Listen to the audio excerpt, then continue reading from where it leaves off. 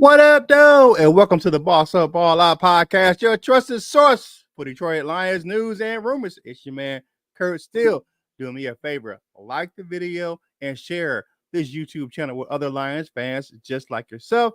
And hit the subscribe button. It costs you nothing, man. And I got a special guest coming to the channel here real soon. We're waiting for him to come on. So if you don't know, it's my man, Big Eazy. But, we'll until he gets on, let's go ahead and describe what we do right here on the Boss Up All Out podcast. We look at Lions news, headlines, or take. If we agree, we say they are bossed up. If we disagree, then we say they are balled on. And we give our reasons why we agree or disagree. But on the live shows, we do it a little different because I want you guys in the comments to put in hashtag boss up. If you agree, hashtag balled on. If you disagree, and tell me why, and I'll put your comments on the screen and we will talk about them together. So coming to the stage, man, like I promised, man, is my man, Big Eazy from Woodward Heavyweights, man. What's going on, my guy? Good morning, man. This is a brand new microphone. Is it working? Yeah, man. It sounds good, brother. Sounds good. Welcome to the show, man. I appreciate you getting up early and coming on the platform with me. If y'all don't know, me and Eazy go back a few years, man. We were back over in Detroit Sports Alliance together right when he was getting on the Woodward Sports Network. He called me Uncle Kurt, man. I appreciate that, man. You know, I got nephews here and there and everywhere. So, but I appreciate you coming on, man. Give a quick shout out to the people, man. Tell them where they can find you. Hey, man, you guys find me on the Woodward Heavyweights from 5 to 7. Hopefully here on LNU, doing all kinds of content. We're working on some food reviews. So I think that'll be fun to do. Between myself and a couple other members of LNU, whoever's available. Obviously, Herman Moore, one of them, my guy Spinny, Dosa Dion. Yeah, everyone. I want to do something outside sports, or at least break bread. Yeah, maybe, you know what I'm saying? Yeah. I feel you. All right, so I was explaining to the crowd how we get down here. You know how we do it on this show, man. If you don't, man, we look at Lions headlines, takes, or news and rumors. If we agree, we say they're bossed up. If we disagree, we say they balled on. And you know how we do it, man. Because in the D, you know what I'm saying, all throughout Michigan, you know, we boss up, man, when we like something, man. But let's get into these takes these topics for the day. All right, first up, Sports Illustrated gave some reasons to be concerned about the Lions in 2024. Then we'll look at some Lions ranked high in two power ranking lists. And, well, really three, but two of them, we were really up there. And who are you looking forward to seeing at Lions training camp? But first, let's hop into the first topic of today. All right, reasons to be concerned about the Detroit Lions in 2024. The guys over at Detroit Lions Sports Illustrated, they're not the All Lions anymore. They had that. It was something with Athlon Sports. They had to change their name. Recently posted an article listing 5 reasons that fans should be concerned about the 2024 Detroit Lions. First up was the improvement within the divisions, the weapons added to the offense of the Chicago Bears, and the Green Bay Packers adding Josh Jacobs to Jordan Love and their stable of young, talented wide receivers. Then the Vikings upgraded their running back room with Aaron Jones, and we already know Justin Jefferson over there. The NFC North is going to be a tough division this season. Next was a difficult schedule. What's the reward for finishing first in the NFC North? Playing all the other first place teams in the NFC. Then third was the pass defense. We all know, man, our cornerback struggled last year. And even though Brad Holmes revamped the cornerback room this offseason, there's concern that it's going to take a while for that unit to gel, leaving opportunity for teams to take advantage of that Lions pass defense. And we already know, man, that injury bugaboo, man. Injuries are always a concern, are a threat to every team's success. Hopefully the Lions can avoid some major injuries, and the players that are starting camp on the PUP or NFI list will be ready for the season opener and play the majority of the season. We're talking about Brian Branch and DJ Reed, of course, and Marcus Davenport. And lastly, history trends. Man, it is tough. I mean, tough for teams to reach the Super Bowl after losing the conference championship game. And of course, we already know the Lions' history of being a losing franchise, aka the same old Lions. So those are the 5 reasons that the Lions fans should be concerned about the upcoming season. Now, my man Eazy, what do you think? Are those takes bossed up, or are they balled on for the Lions fans to be concerned about the season? I think when it comes to like the secondary, and we've had a few guys on the show nationally just to get perspective of some of the guys we received from Manuel Mosley to Carlton Davis, more particular guys like PFF to get a feel of like the acquisitions. And they are great acquisitions. However, it's a team game. Football is the ultimate team game. There is some validity to the point to where these guys have to get they got to gel together, and that's fair. However, like beyond that, like just the amount of Brad Holmes overaddressed the situation at cornerback last year. Not only did he trade for Carlton Davis, but he signed a Meek Robinson who could play inside and outside. And then you went ahead to it and you drafted Terrion Arnold and you drafted Ennis Rakestraw. Top of Emmanuel Mosley kind of feels like an addition this year too, because don't forget he was a starter on the San Francisco 49ers defense back when they were actually good. So I'm not as concerned. So I'm a ball on for that one. What was the second excuse after that one? After the pass defense, where we're talking about the injuries and also talked about the historical, like us being a loser franchise and it's how it's hard to get back to the championship game, and of course being the difficult schedule is more difficult than it was last year, and of course the improvement within the division. Yeah, the improvement within the division definitely is. I think it's only going to be a battle test within the division. I think the Detroit Lions are still going to dominate their actual like full season schedule. I just truly believe that. Yeah, I think division games would be a lot easier to come across this year than they were last year, but that's just the nature of the beast when you're number one. You know, that's just what it is. Everyone's gunning for you at that point. Not tripping over that. The two that I think is just kind of weak, injuries. If that ain't a what if game, like no other. Like there are certain names in this team I could probably talk about, like Marcus Davenport, that makes you a little bit nervous. But you could play the injury concern with every single team in the NFL. Take that off the list. And then the other thing that annoys me, the same old. Just even I'm not even gonna finish the sentence on that one. That's gross, lazy, and we got to retire that stuff. This ain't that. I think we learned that this was in that situation. You watch Dan Campbell and the guys do what they did in 22. Just starting the season off kind of crappy, finishing strong, carrying it into next year, all the way through to the NFC Conference Championship game. No mas of that same old energy. No more of that SOL stuff. That's just weak. All right, man. Hey, that's our first topic. Like the video, subscribe to the channel. Let's get into the chat for this morning. My man Frank the Tank says, what up, though? What's going on, Frank? JDC says, good morning. Keep your hands and feet while the season is moving. Go Lions, man. Good morning, man. Coming up for the Duke crew. Man, I've missed this guy. My guy. Dan Spanos is in the building. What's going on, Dan? Oh, man. Dan is in the building, man. What's going on? Michael D said, what up, though, Kurt? What up, though? How you know how we get down right here? My man, Britt DeWitt, Felly Armory veteran, One Pride. What's going on, fella? All right, kneecap bodies. My man, Smoking Jeremy B is in the building, man.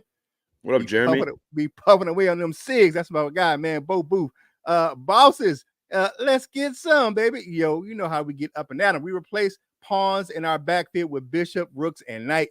Yeah, hey, in the game of football or the game of life, man, it is harder to play chess and not checkers, man. You know when you do it. All right, morning boss up crew, man. What's going on, man? Detroit D, what's good, boss up, man? Y'all know how we get down in this joint. Smoking Jeremy B said, from Dan Spanos, what's up? Smoking Jeremy B. What up, though, Kurt? What's going on, big buddy? What's up, man? Bo Booth, take it easy, baby, easy. Man, I used to love watching that intro to your. It's easy, baby. My man. I tell you, we go way back, man. Yes, sir. We go way back, man. All right, my man. Dan Spanos says good morning to Eazy. Moonscar Blade coming over from the Duke crew. Eazy. East Side Eazy, man. Boss up ballers, man. Good morning from the moon. Good morning. All right, Dan is in the building. Woo! Good morning, Eazy and Kurt. What's going on? Dan LeMans Thornton over there at Lions Talk Live, man. Now it's time to switch gears into that second topic of today. Man, we getting a lot of hype in the national media. The Lions rank high in 2 power ranking lists, man, and a high in the third one as well. I kind of threw one in there, you know what I'm saying, just to kind of look at it. But ranked number one, numero uno, baby, in the Sports Illustrated power rankings poll, fourth in the ESPN ranking power rankings, and we look on over to PFF, and we're number 5. Man, 5. That's some big hype going into the season. You look at that, man. I would say this, that the Lions, I think they deserve some of that hype, to be honest with you. How they performed last season and the improvements, I think, on the defense, once we get everyone healthy, I think 1 may be a little high, but I think 4 and 5 is right in that range where we should be. But like I said, if they get healthy at the start of the season and stay that way throughout the season, man, Detroit is a damn good team, and they are very, very dangerous. So, my man, Eazy, what do you think about these power rankings, man, and how the Lions are stacking up on these rankings by these national outlets? Ah, man, I get goosebumps talking about it, man. I mean, as we kind of dismiss the old adages or acronyms that people use to describe this team, it's because this is where they belong. They belong in the top 5s, the top 4s, the top 3s of the NFL. They are a Super Bowl favorite. It's real. You know, it wasn't like when the Vikings won the division last year. It's not like anytime, you know, the Green Bay Packers couldn't make it past the NFC Conference Championship game. Like, this team was really, really good, and we added a lot more pieces and the pieces that we needed too. It wasn't just that we added like sprinkle a little bit here, a little bit here. No, they addressed the cornerback room, over addressed it, as we said last time. That they went and got another defensive tackle next to Lee McNeil and Aiden Hutchinson, so they can get their groove on too. So I mean, I think this is where they're at, man. Anything below 4 or 5, I don't really have respect for. I think the Detroit Lions are the upper echelon of the NFL, and shout out to my guy Booner, shout out to Spinney. I got the Eazy Expressway, and I think this year is our Jordan year. What was the last year they had with the Chicago Bulls? The Last Dance. Oh yeah, the Last Dance. That was at 95, 96 year, and then they started winning 95. They started winning 96, 97, 98 was those 3 championship years. I don't know how long Ben Johnson wants to sit around as an offensive coordinator before he becomes a head coach. It feels like this may be the last dance for him. Remember, there were retirement talks about Frank Ragnow. This may be the last dance for him. Like, this is the year. I think the Detroit Lions, if not cash in, will damn sure appear in the Super Bowl this year. I'm not accepting anything below 4 or 5. Just boss up. Boss up on that one. I say I'll boss up on that one too, man. I love where we're at, and I think we're right where we're supposed to be in those power rankings, man. Except for number 1, I think you got to live to what's that? To be the man, you got to beat the man. And I think for right now, Kansas City is still my number 1, but right below that is Detroit. That's fair. And for sure. I mean, the regular season's we beat them in the regular season, but the playoffs is where it matters. Yeah. You know what I'm saying? We won't see them in the playoffs to the Super Bowl. So, all right, let's get back to the chat, man. Eazy, I love the heavyweights. Come on, shout out, buddy. Definitely. How Williams, Townsend, and AG can cook in our new kitchen. Lots of new recipes. You know what? Yeah, man. Definitely. Proven recipes too. This woo is for Eazy, man. The Duke crew bringing them that woo coming over from them. Morning. My man King SJ is in the building. What up, though? JDC says, boss up, go Lions. UP crew here. Okay, Upers. You know what I'm saying? What's going on? Absolutely good point. And today's injuries is not week 12's injuries. Yeah, I don't think so. I think we'll be healthy going forward. All right. Good morning, Kurt and Eazy. This is from Matthew Grice. I'm saying right. All right. Doug Michael Rosen says we have 53 players of our culture. This is not the Harris backup crew, man. I don't know what the hell Will Harris had on anybody in the building.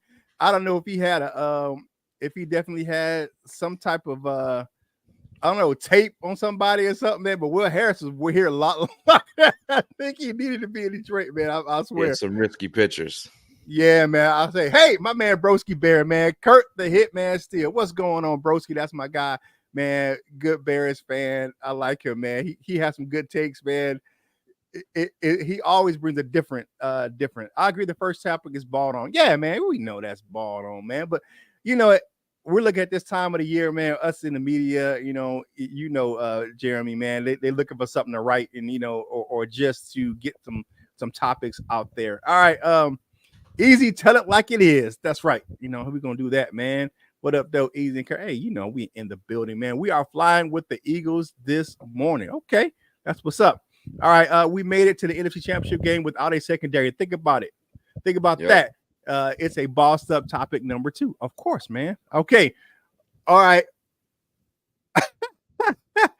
Like I said, Broski Bear is always going to bring his little ray of sunshine to the. How can the Lions be ranked high in the power rankings when they have no power? We have more offensive power than the Bears do. So keep that in mind there, brother. All right.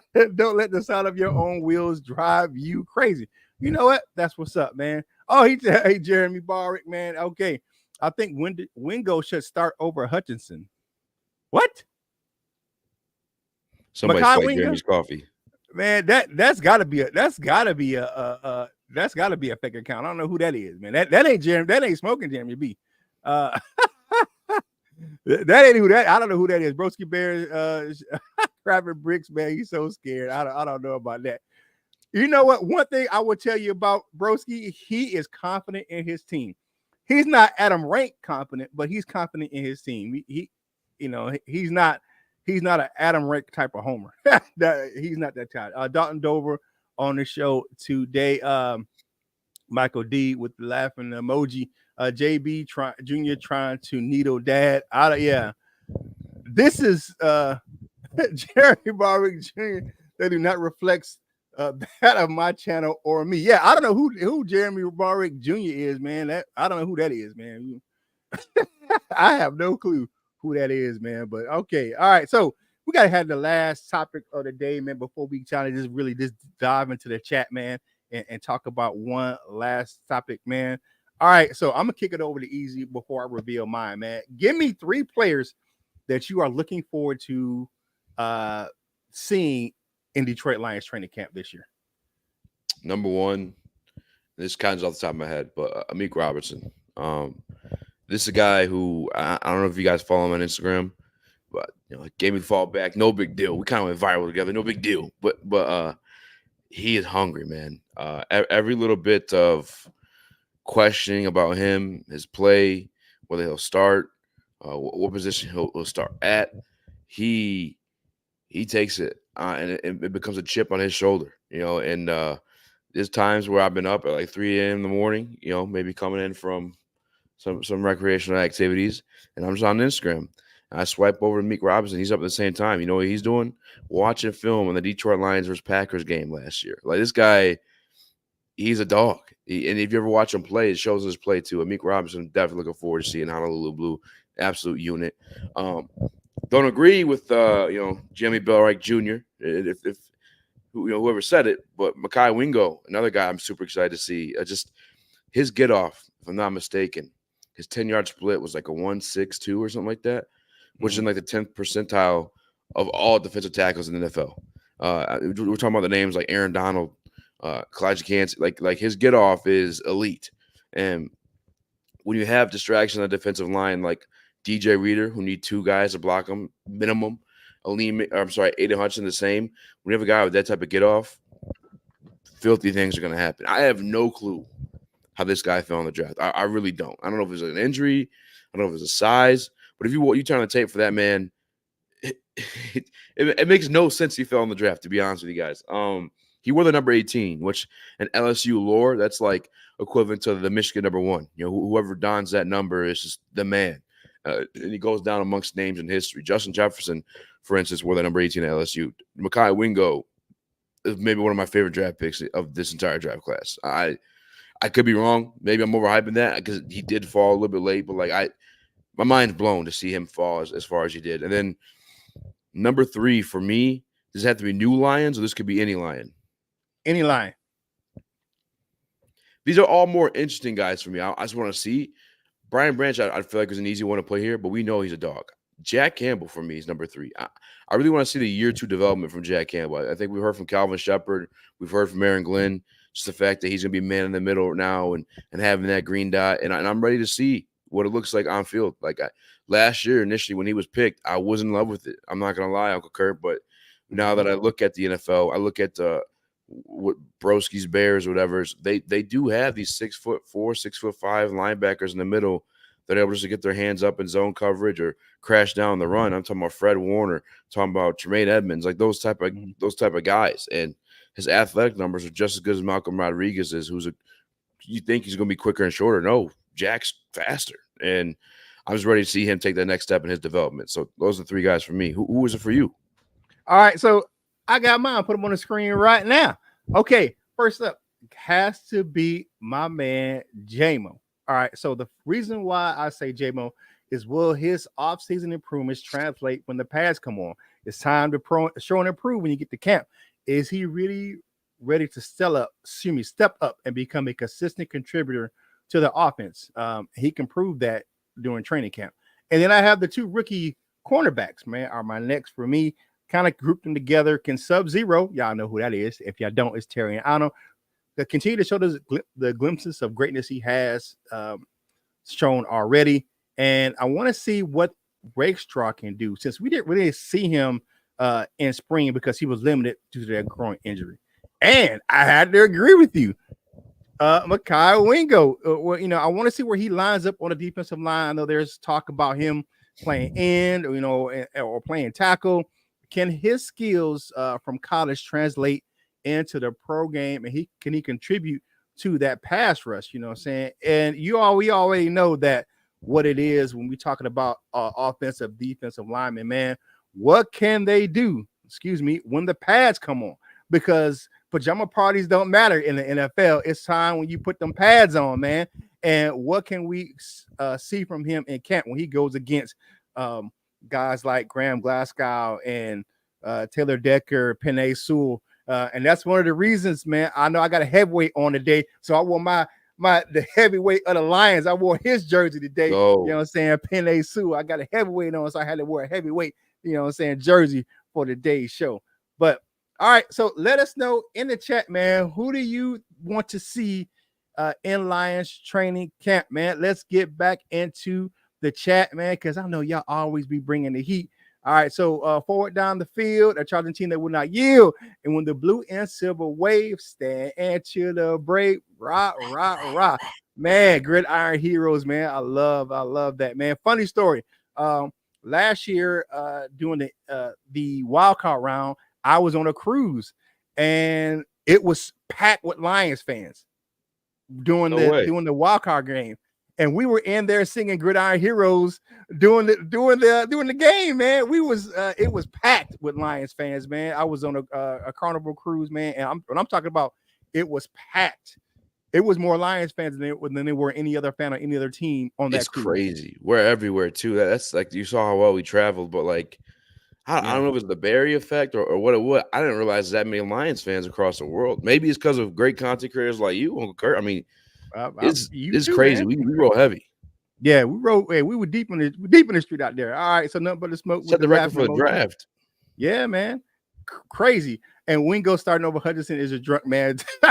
Jeremy Jr. definitely. We don't know who that is.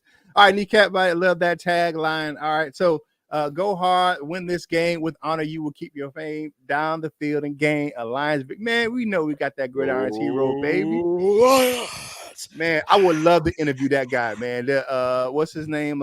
Gridiron Theo. Gridiron Theo, man. Spate, man. He's Mom Spaghetti. I've actually, one day, it was like 2 weeks in a row, I went to Pistons games on the weekend, and I kept running into him. I didn't say anything. I should have got his number. Yeah, man, definitely. All right. All right, yeah, nothing but the smoke, man. Eerie. All right, so yeah, the smoke. Go Lions. All right. So what up, though, Moon Scar? Okay, that's coming from Jeremy. All right. Well, man, Doug Michael Rosen says, what I love about this team is not smoke and mirrors, no hype, just hustle. All right, Broski Bear says need to fill 2 holes in their D line. Amazing. 2. Okay. I can see maybe 1. I don't know Okay. about 2. But Broski has his own opinions, man. He evaluates. Now, I will say this.